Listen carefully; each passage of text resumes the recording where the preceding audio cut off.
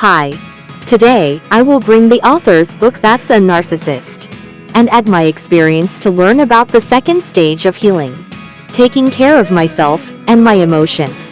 After a cruel breakup with my narcissistic boyfriend, I focused more on how I could hold on to him rather than recognizing my feelings. And I regretted it because it had the effect of making the narcissistic boyfriend even more arrogant. I don't think I would have made such a fool of myself if I had had this useful information at the time. So, why not check out the 7-round healing methods that will heal your painful heart? You need to practice being aware of your emotions. It is most important to know how you are feeling, both physically and emotionally. The narcissist's goal is to prevent the victim from knowing what he or she is really feeling, and ultimately to disrupt their sense of self. I did take notes after breaking up with my boyfriend. But rather than recognizing my feelings, I foolishly wrote down a lot of my shortcomings, and focused entirely on what I needed to change. It means that he couldn't love me, and his self-esteem completely collapsed. This trauma continues to work to this day. When something doesn't work out or there's conflict with people, I end up focusing only on my shortcomings. I always felt uncomfortable when I met a narcissist, and their devaluation often made me look down on myself. And if you get close to narcissists, your metacognition will decrease, and you can become a real fool. These days, the number of sociopaths and narcissists is increasing. So when you meet them, you feel completely confused, as if there is a fog in your head. What am I doing wrong? Or are those people wrong? Well, it's like this. So these days, I'm trying hard to boost my self-esteem by reading books and watching YouTube videos. Just taking a moment to simply check in with how you are feeling can go a long way. The author says to freely write down the emotions you felt when meeting a narcissist. Example: I always feel guilty when I meet a narcissist. This type of guilt gets in the way of my goal of healing. When someone asks for something, I take time to check my heart before saying yes.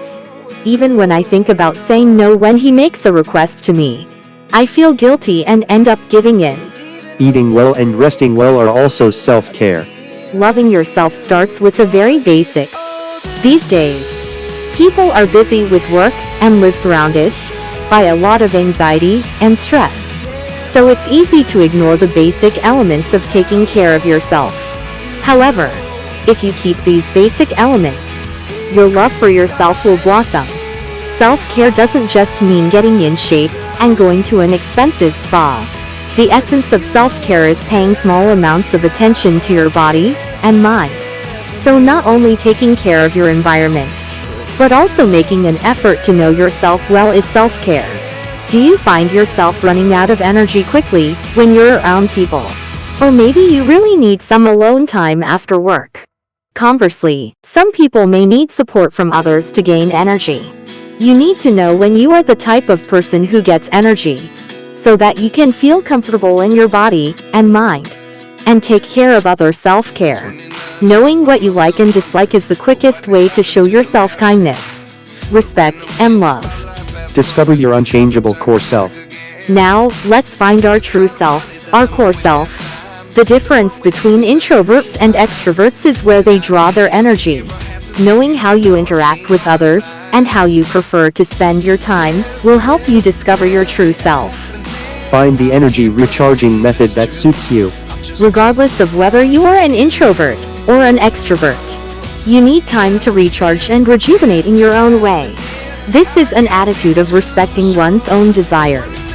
First, think about your body's reactions or signals when you are depleted of energy, and create your own way to recharge your energy.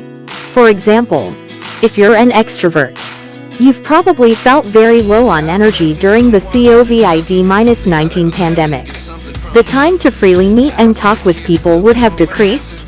In this case, you may feel depressed, or have trouble falling asleep and waking up. The solution could be meeting friends online. In my opinion, it's good to meet friends online, but there are also scammers, narcissists, and sociopaths. So I think you need to be discerning. It is a great thing to meet useful and good friends online. Be the kindest person to yourself. Life with a narcissist is full of self-insults, accusations, and spiteful comments. If you hear these words a lot, and often for a long time, you will come to believe that they are a true evaluation of the person you are. So, self-compassion begins with realizing that the inner vitriol directed at me is a lie thrown up by the narcissist to control me. Now let's shake off those negative words and become the person who loves ourselves the most. Self-assertion is not selfish. Aggressive assertiveness is sometimes misunderstood as an aggressive personality.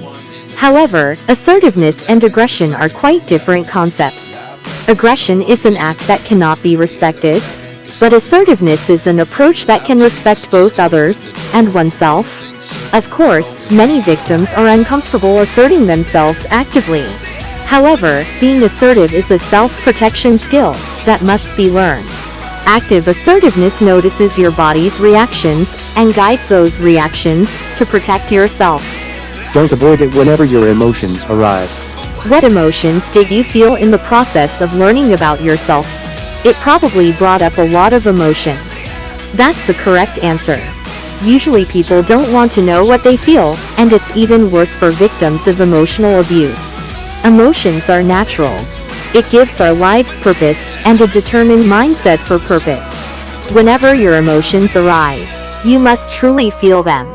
Good luck today too. Thank you.